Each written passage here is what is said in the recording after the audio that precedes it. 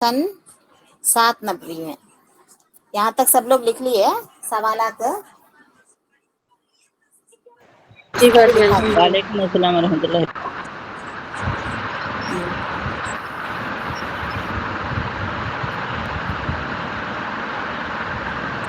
Mic of کیجیے، disturb ہو رہا.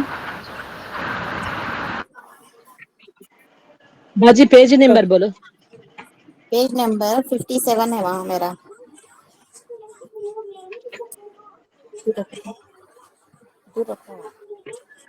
کتنا باجی؟ 57، 50 پر 7. دور رکھو، دور.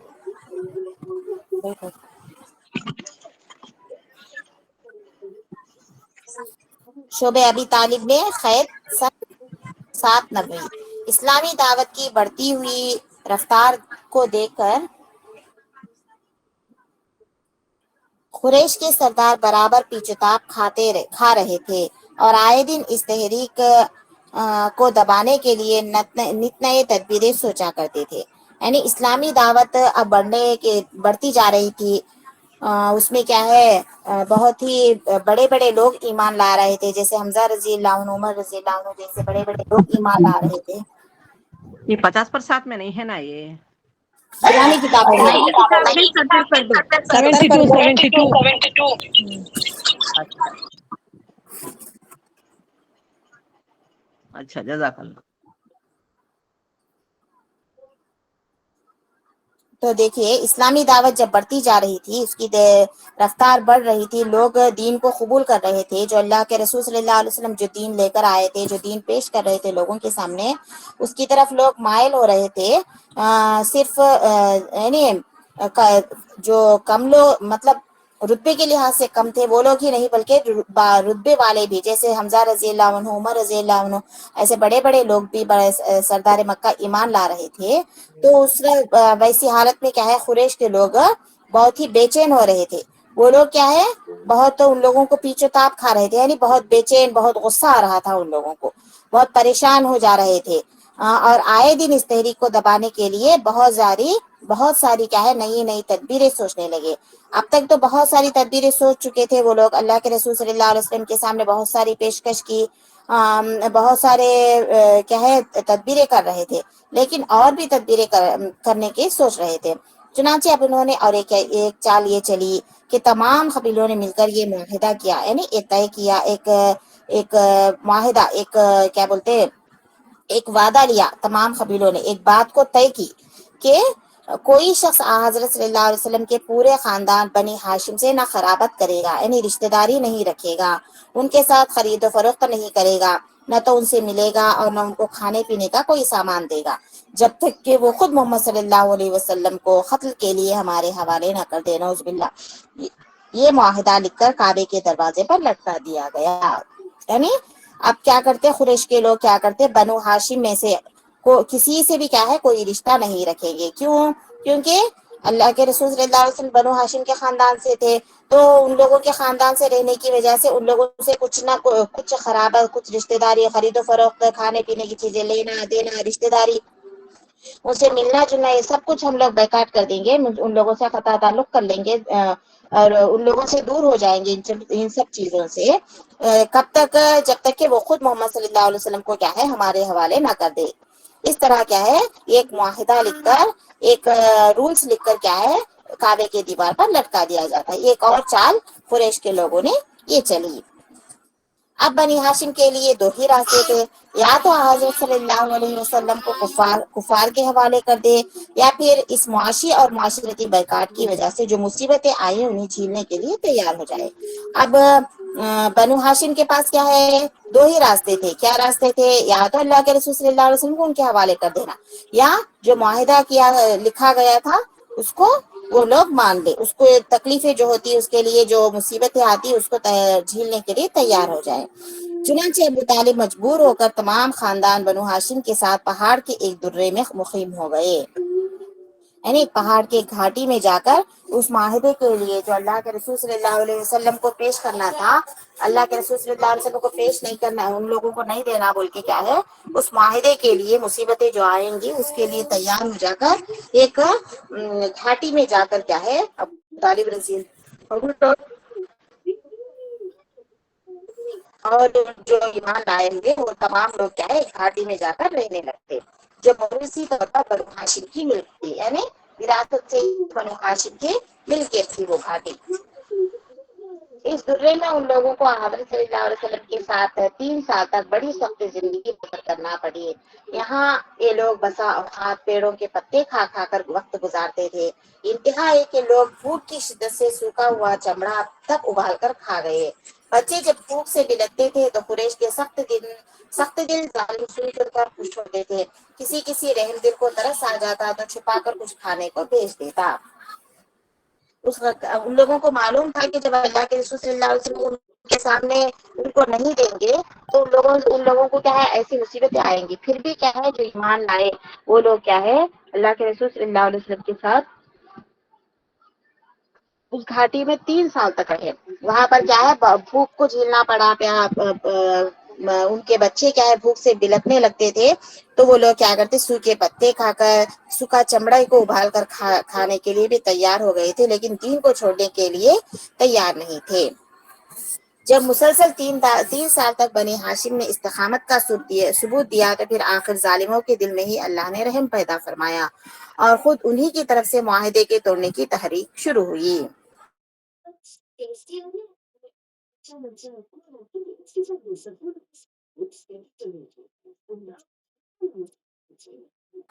تو لوگ خود ہی ہار گئے، کیا بول کے کس وجہ سے ہار گئے؟ یہ لوگ کیا ہے اپنے دین کو چھوڑنے کے لیے تیار نہیں ہے، مصیبتیں جھیلنے کے لیے 3 سال تک مصیبتیں جھیلتے ہیں بول کے کیا ہے وہ لوگ ہی کیا اپنے معاہدے کو ترک کرنے ہٹا دینے کی سوچتے ہیں۔ اللہ تعالیٰ ہی کیا ہے ان لوگوں کے دل میں رحم ڈالتا ہے۔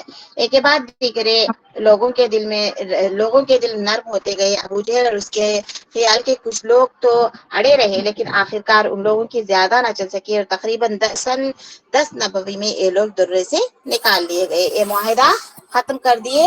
تو کیا ہے اللہ کے رسول صلی اللہ علیہ وسلم اور ان کے ساتھ جو بھی کیا ہے اس گھاٹی میں تھے مقیم تھے وہ لوگ کیا ہے سن 10 نبوی کو پھر واپس آ گئے، باہر آ گئے۔ دعوت کی رفتار، جیسا کہ پہلے بھی کہا جا چکا ہے، مکی دور کی جدوجہد کی تفصیلات تاریخ اور سیر کی کتابوں میں بہت ہی کم ملتی ہیں۔ چنانچہ اس معاشی اور معاشرتی مخاطے کی درمیانی مدت میں دعوت و تحریک کا کام کس طرح ہوتا رہا اور اس کے کیا اثرات مرتب ہوئے، اس بارے میں بھی کچھ تفصیلات نہیں ملتی۔ یعنی ہمیں معلوم ہے کہ مکی زندگی کے حالات کے بارے میں تو معلوم ہے، لیکن اس میں کیسے کیسے واقعات پیش آئے تفصیل کے ساتھ کتابوں میں نہیں ہے، بس چند واقعات بتائے گئے ہیں، اسی کے بارے میں کیا ہے ہم کو تفصیلات ملتی ہیں، اس سے زیادہ نہیں ملتی۔ البتہ نزول قرآن برابر ہوتا رہا اور اس دور میں جو صورتیں نازل ہوئی ان کے مضامین اور ہدایات اور تعلیمات کو سامنے رکھتے ہوئے یہ اندازہ ہو سکتا ہے کہ تحریک کو اس زمانے میں کن کن حالات سے دوچار ہونا پڑا ہوگا۔ یعنی قرآن کریم کی چند آیات کو پڑھنے سے چند صورتوں کو پڑھنے سے معلوم ہوتا ہے کہ مکی دور اللہ کے رسول صلی اللہ علیہ وسلم پر کتنا سخت تھا، کیسے کیسے حالات سے اللہ کے رسول صلی اللہ علیہ وسلم اور اہل ایمان کو گزرنا پڑا، کیا کیا مشکلیں، کیا کیا مصیبتیں، کیا کیا آزمائشیں ان لوگوں کو آئی اسلام کو قبول کرنے کے لیے، اسلام پر چلنے کے لیے۔ یہ باتیں کیا ہے چند ہی صورتوں میں ملتی ہے، ڈیپ ہونے بالکل ہی تفصیل کے ساتھ جتنا مدنی دور کا ملتا ہے اتنا مکی دور کا نہیں ملتا، تھوڑے تھوڑے پارٹ سے چند دنوں کی باتیں چھوٹ جاتی ہے۔ یہی بات ہے یہاں پر بتائی جاتی ہے۔ اس طویل اور شدید کشمکش کے دوران میں اللہ تعالیٰ نے جو خطبے نازل کیے وہ انتہائی پرجوش اور پر اثر تھے۔ یعنی یہ مکی زندگی کے جو دور تھا اس میں کیا ہے جو گھاٹی میں تھے لوگ اس وقت اللہ تعالیٰ نے مسلمانوں کو یوں ہی نہیں چھوڑ دیا تھا، قرآن مجید کی آیتیں نازل ہوتی رہی، اہل ایمان کو صبر دلایا جا رہا تھا اور جوش بھی دلایا جا رہا تھا، اور لوگوں کو جوش دلانے کی وجہ سے وہ آیتیں ان کے دلوں پر اثر بھی کر رہی تھی، پورا طرح آتی تھی۔ ان میں اہل ایمان کو ان کے فرائض، پہلی چیز کیا بتائی جاتی تھی، ان کے فرائض کے بارے میں بتایا جاتا تھا، بعد چیزیں کیا ہے ان پر نماز فرض ہے، زکوٰۃ فرض ہے اگر اہل ہے تو، روزے فرض ہے، اسی طرح کیا ہے توحید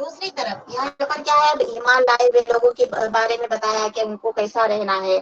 اس کے بعد کیا بتایا جاتا ہے کہ دوسری طرف مخالفین اور اللہ کے دین سے منہ موڑنے والوں کو ان کے برے انجام سے برابر ڈرایا جا رہا تھا.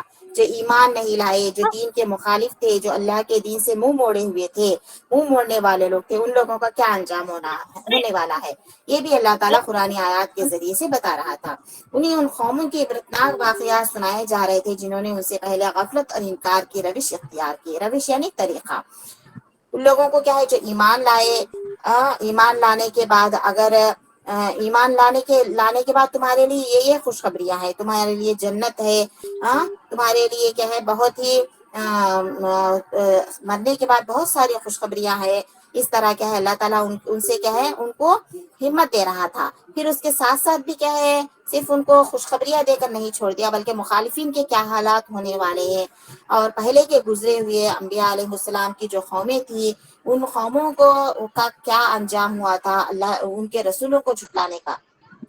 اس طرح کے واقعات کیا ہے ان لوگوں کو بتائے جا رہے تھے. اور جو لوگ بھی کیا ہے اس دین سے غفلت برتیں گے، انکار کریں گے، ان لوگوں کو کیا ہلاکت ہونے والی ہے، کیا ان لوگوں کا نتیجہ کیا ہونے والا ہے، وہ کیسے ہلاک ہونے والے ہیں. یہ تمام واقعات وہی تھے جن سے عرب والے خود واقف تھے. ان کو پہلے کے واقعات بتایا جا رہے تھے اس وقت آیتوں میں. ان کو ان تباہ شدہ بستیوں کے کھنڈروں کی طرف توجہ دلائی گئی جن پر سے ہو کر وہ رات دن گزرا کرتے تھے. پھر ان کے سامنے توحید اور آخرت کی دلیلیں اور ان کھلی کھلی نشانیوں سے دی گئی. آخرت کی دلیلیں ان کھلی کھلی نشانیوں سے دی گئی جو وہ رات دن زمین اور آسمان میں اپنی آنکھوں سے دیکھتے تھے. وہاں پر کیا ہے ان لوگوں کو پہلے کے قوموں کے جو کھنڈر تھے ان لوگوں کے سامنے ان کو بتا کر بتایا جا رہا تھا کہ اگر تم بھی ایمان نہیں لاؤ گے، تم بھی دین کی مخالفت کرو گے، اس کے خلاف ورزی کرو گے تو تمہارا انجام بھی یہی ہونے والا ہے. اس کو بتا کر اللہ تعالیٰ ان کو خوف زدہ کر رہا تھا. شرک کی برائیاں بھی واضح کی گئی، خدا کے مقابلے میں بغاوت کی روش اختیار کرنے کے نتائج سے باخبر کیا گیا. اللہ تعالیٰ کے مقابلے میں کھڑے ہونے کی وجہ سے کیا نتائج ہونے والے ہیں آخرت میں ان لوگوں کا، یعنی ان لوگوں کا ٹھکانہ جہنم ہوگا. اللہ کا انکار کرنے والے، توحید کا انکار کرنے والوں کا ٹھکانہ جہنم ہوگا بول کے بتایا گیا. آخرت کا انکار کر دینے سے زندگی میں جو بگاڑ پیدا ہوتا ہے اس کو کھول کھول کر سمجھایا گیا. تو دیکھیے آخرت کا انکار کون کرتا ہے؟ جو اللہ تعالیٰ کا انکار کرتا ہے. اہل عرب میں کیا ہے اللہ کو تو وہ مانتے تھے لیکن اس کے ساتھ دوسروں کو شریک ٹھہراتے تھے. محمد صلی اللہ علیہ وسلم کو ماننے کے لیے ان کے دل کچھ آمادہ ہوتے تھے لیکن اپنے باپ دادا کے طریقے کو وہ چھوڑنے کے لیے تیار نہیں تھے. لیکن آخرت کو وہ لوگ بالکل بھی نہیں مانتے تھے. کیسے ہوگا کہ جب سب لوگ مر کر مٹی میں گھل مل جائیں گے تو اللہ تعالیٰ دوبارہ کیسا زندہ کرے گا. تو اللہ تعالیٰ یہاں پر یہی بتا جاتا ہے کہ آخرت کا انکار کر دینے سے، آخرت کا انکار ہی اب دیکھیے ہم لوگوں کو جواب دہی کا احساس ہوگا تو ہی کیا ہے وہ کام ہم صحیح سے کر پائیں گے. اب ایک شخص کسی کو جواب دینا ہے، کچھ امتحان لکھنا ہے، اس کا رزلٹ اچھا آنا ہے بول کے اس کو ڈر رہا تو ہی کیا ہے وہ اپنا جو کام کرتا ہے اس کو مکمل طریقے سے کرتا ہے نا. تو یہی بات بتائی جاتی ہے یہاں پر کہ آخرت کا انکار کر دینے سے زندگی میں ضرور بگاڑ آ جاتا ہے. اس کو کیا ہے کھول کھول کر بتایا گیا. تم اگر آخرت کا انکار کرو گے تو تم لوگ کیا ہے توحید کو اپنا نہیں سکو گے، رسالت کو اپنا نہیں سکو گے، آخرت پر یقین نہیں رکھ سکو گے، تقدیر پر جن چیزوں پر یقین رکھنے کے لیے کہا گیا ہے اس پر نہیں رکھ سکو گے. اگر کسی شخص کے اندر کیا آخرت کا جواب دہی کا احساس نہیں ہوگا تو وہ اپنی زندگی یوں ہی بیکار کر دے گا. آخرت کا احساس جس شخص میں ہوگا، اللہ تعالیٰ کے سامنے حاضر ہونا ہے، اس کے سامنے جواب دینا ہے، اس بات کا احساس جس کے دل میں بھی ہوگا وہ شخص کیا اپنی زندگی کو بہتر بنانے کی کوشش کرے گا. کیونکہ اسے ایک کے سامنے حاضر ہونا ہے. یہ خوف اسے ہمیشہ لگا رہے گا.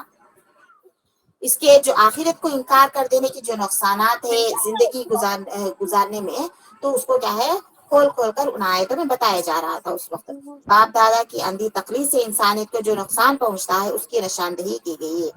جو اللہ تعالیٰ کیا انسان کو سوچنے سمجھنے کی صلاحیت دینے کے بعد تمام مخلوقات میں کون افضل ہے؟ اللہ تعالیٰ کی مخلوقات میں پوری کی پوری مخلوقات میں، آسمان اور زمین کے پوری مخلوقات میں انسان ہی کیا ہے اشرف المخلوقات بنایا اللہ تعالیٰ نے انسان کو. بہت ہی فضیلت والا بنایا انسان کو. انسان ہی کیا ہے ایسی مخلوق ہے اللہ تعالیٰ کی جو سمجھ بوجھ رکھتی ہے. انسان کے علاوہ اللہ کی مخلوق میں کوئی بھی سمجھ بوجھ رکھنے والا نہیں ہے، سوچنے والا نہیں ہے. اسی لیے اللہ تعالیٰ نے اس کو سمجھ بوجھ اشرف المخلوقات بنانے کی وجہ سے، اس کو سوچنے سمجھنے کی صلاحیت دینے کی وجہ سے اسے نیکی اور بدی کا راستہ بتایا، سیدھا راستہ اور غلط راستہ بتایا. انسان کے پاس یہ اختیار ہے کہ وہ سیدھے راستے کو بھی چنے، غلط راستے کو بھی چنے.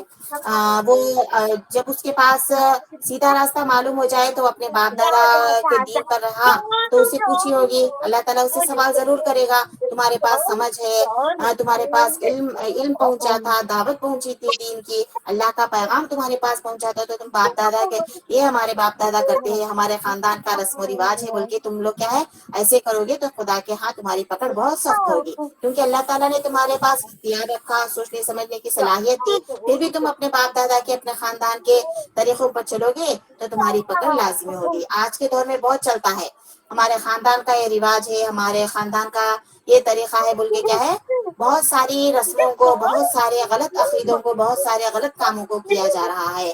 یہ ایسا کرنا بہت ہی غلط ہے. ایک ایمان لایا ہوا شخص کے لیے لازم ہے کہ وہ دین کی باتیں، دین کے بارے میں جانے. اب ہم لوگ کیا کرتے ہیں، کوئی چیز لیتے ہیں تو اس کا پوری کتاب پڑھتے ہیں کہ اس کو کیسے استعمال کرنا ہے. جب اللہ تعالیٰ نے ہم کو پیدا کیا، اب ہم ہماری زندگیوں کو گزارنے کے لیے اللہ کے بتائے ہوئے طریقے پر گزارنے کے لیے جب اللہ تعالیٰ نے ہم کو قرآن مجید سے نوازا تو ہم قرآن مجید کے برابر میں اپنی زندگیوں کو گزارنا ہے، نہ کہ اپنے باپ دادا کے اندھی تقلید کرنا ہے، اپنے خاندانوں کے رسم و رواج پر چلنا ہے. نکاح کا اصول، نکاح کیسے کرنا ہے، وراثت کے بارے میں دیکھیے، وراثت کے بارے میں بہت ہی غلط ہوتا ہے. تو اس وراثت کے بارے میں بھی ہمیں جاننا ہے. قرآن میں پورے کے پورے جو بھی فرائض ہے، جو بھی احکامات ہیں، وہ تمام کے تمام بارے میں ہمیں جاننا ہے.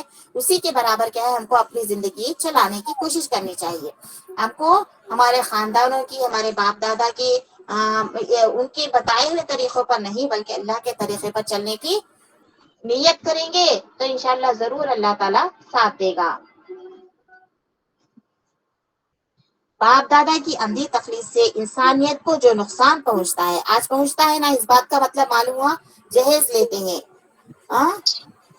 بہت دور کو تو کیا ہے وہ ڈوری کٹنم کا تو رواج ختم ہوتا جا رہا ہے. اس کے بدلے میں لکھتا ہے شیطان کیا ہے، قرآن میں یہی بات بتائی جاتی ہے نا کہ شیطان کیا ہے برائی کو خوشنما طریقے سے بتاتا ہے. یعنی غلط ہے وہ چیز اسلام میں، لیکن اسے کیا ہے اچھا بنا کر بتاتا ہے. کیا بتاتا ہے کہ مثال کے طور پر ہم لوگ سود کے بارے میں لے لیں گے. سود کو کیا ہے اسلام میں عام طور پر کیا بولتے ہیں، سود بولتے ہیں، رشوت بولتے ہیں، وڈی بولتے ہیں، اس طرح بولتے ہیں. لیکن اس کے کیا ہے بہت سارے نام رکھے گئے ہیں آج کے دور میں، لیکن انسان اس کے بارے میں سوچتا غور کرتا نہیں ہے. اس کو شیطان کیا ہے اس کے لیے بہت خوشنما طریقے سے بتاتا ہے، حالانکہ وہ سود ہی ہوتا ہے. لیکن اس سود کے لفظ کے علاوہ دوسرا لفظ بتا کر انشورنس بول کے اس طرح کیا ہے خستوار جو چیز لے کے کیا ہے خستوار کے ساتھ مہینہ مہینہ جو بنتے ہیں پیسے اس کے بارے میں ہے. اس طرح کی ان چیزوں کو کیا ہے شیطان خوشنما بنا کر، یعنی یہ سود نہیں ہے تمہارے لیے، تم لوگ کیا ہے مہینہ مہینہ پیسے نہیں جمع کر سکتے تو اس طرح لے لینے سے تمہارے پاس ایک چیز بھی آ جاتی ہے، تم لوگوں کو فائدہ ہوتا. لیکن اس میں کیا ہے آخر میں اس کا سود بھرنا ہی پڑتا ہے اگر ہم غور کریں گے اس بارے میں. اسی طرح نقصان کیا پہنچتا ہے، اب جہیز لیتے ہیں، اس وجہ سے کیا ہے لڑکی کے والدین کو بہت تکلیف ہوتی ہے. اور جو مالدار رہتے ہیں ان لوگوں وہ لوگ بھی کیا کرتے ہیں اپنی نمود و نمائش کے لیے، اپنی خواہش کے لیے، پہلی چیز خواہش آ جاتی ہے، خواہش کے لیے کیا کرتے ہیں اپنا مال کیا ہے اپنی اولاد پہ صرف کرتے ہیں. لیکن اس کی وجہ سے کیا ہے جن کے پاس مال و دولت نہیں رہتا وہ لوگ بھی ان کے طریقے کو کرنے کے لیے اپنا سب کچھ داؤ پہ لگا کے کرتے ہیں. لیکن کیا ہے یہی بات یہاں پر آتی ہے، دیکھیے یہ کیا ہے صرف اس کتاب کی باتیں نہیں ہے، اس دور میں اس طرح کی آیات نازل ہوئی بلکہ بتایا جا رہا ہے اس کتاب میں. اب جو بھی آیتوں کے بارے میں ہم پڑھے، اہل ایمان کو کیسی تسلی دی گئی ہے، مخالفین کو دین سے منہ موڑنے والوں کے لیے کیا کیا باتیں بتائی گئی، پوری کیا ہے قرآن کی آیتوں کی تفصیل یہاں پر بتائی جا رہی ہے. اس میں کیا بتایا جا رہا ہے، باپ دادا کی اندھی تقلید سے انسانیت کو جو نقصان پہنچتا ہے، انسانیت کو نقصان پہنچتا ہی ہے، ہمیں معلوم ہے، اس کی نشاندہی کی گئی ہے. اس کے بارے میں قرآن میں بھی بتایا گیا ہے. اور یہ سب باتیں ایسی دلیلوں کے ساتھ بیان کی گئی جن پر غور کرنے سے بات دل میں اتر جائے۔ انسان کو کیا ہے اللہ تعالیٰ سوچنے سمجھنے کی صلاحیت دیا، اس وجہ سے ہر کام کرتے وقت بھی کیا یہ اسلام میں جائز ہے، کیا یہ ہمارے لیے اللہ تعالیٰ اس میں یہ کام کرنے کے لیے اجازت دیا ہے بول کے ہمیں سب سے پہلے قدم پر بھی کیا ہے آج کے دور کے حساب سے غور کرنا چاہیے، کیا اس میں کچھ حلال ہے یا حرام ہے۔ اپنے نفس کی خواہش کو پیچھے چھوڑ دینا ہے، کیونکہ ایک ایمان لایا ہوا شخص اللہ تعالیٰ سے کیا وعدہ کرتا ہے؟ جب کلمہ طیبہ ایک انسان پڑھ لیتا ہے تو وہ اللہ تعالیٰ سے کیا وعدہ کرتا ہے کہ میں اپنے نفس کی خواہشات کو، اپنی پوری زندگی کو اللہ کے لیے گزارنے کا وعدہ کرتا ہے اللہ تعالیٰ سے، اپنی پوری زندگی کو اللہ تعالیٰ کے پاس گروی رکھتا ہے، وہ ایک کلمہ طیبہ کے بدلے میں۔ گروی رکھنا معلوم ہے مطلب؟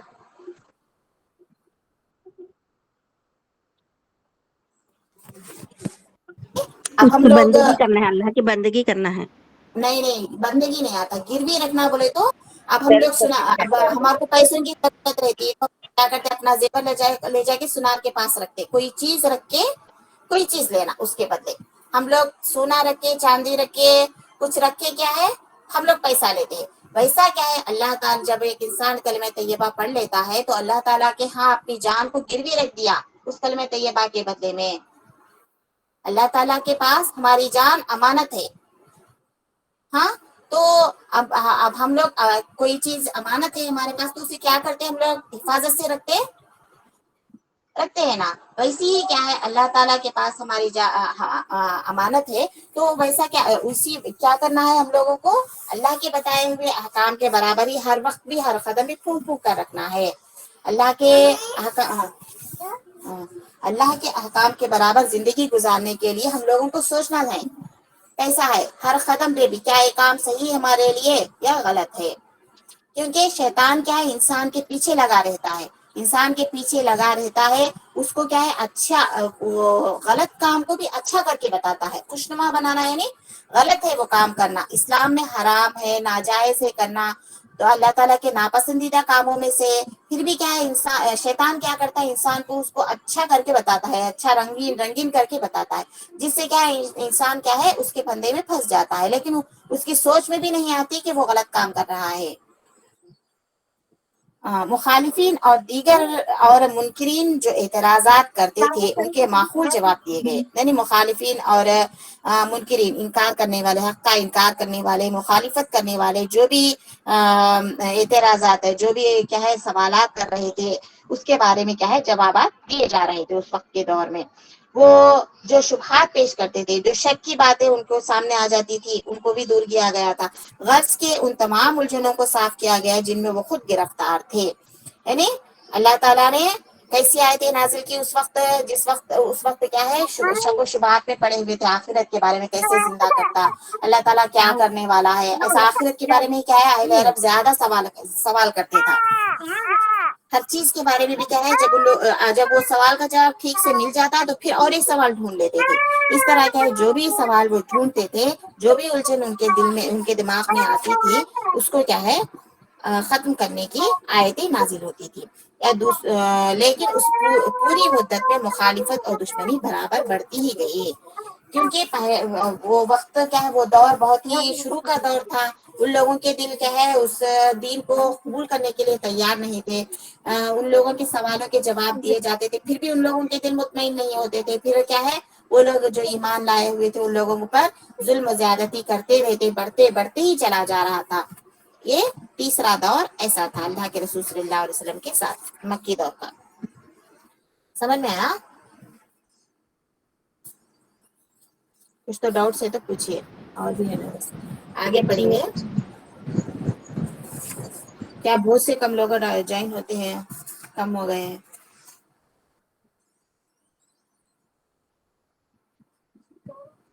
پڑھیں گے اس کے بعد مظالم اور مصائب کی انتہا۔ چوتھا دور، جب آپ ابھی تک 12:30 ہو گیا باجی؟ ہو گیا 12:30۔ ہاں 12:27 ہاں میرے فون میں 25 ہی ہوا ہے، اس واسطے بولتی ہوں۔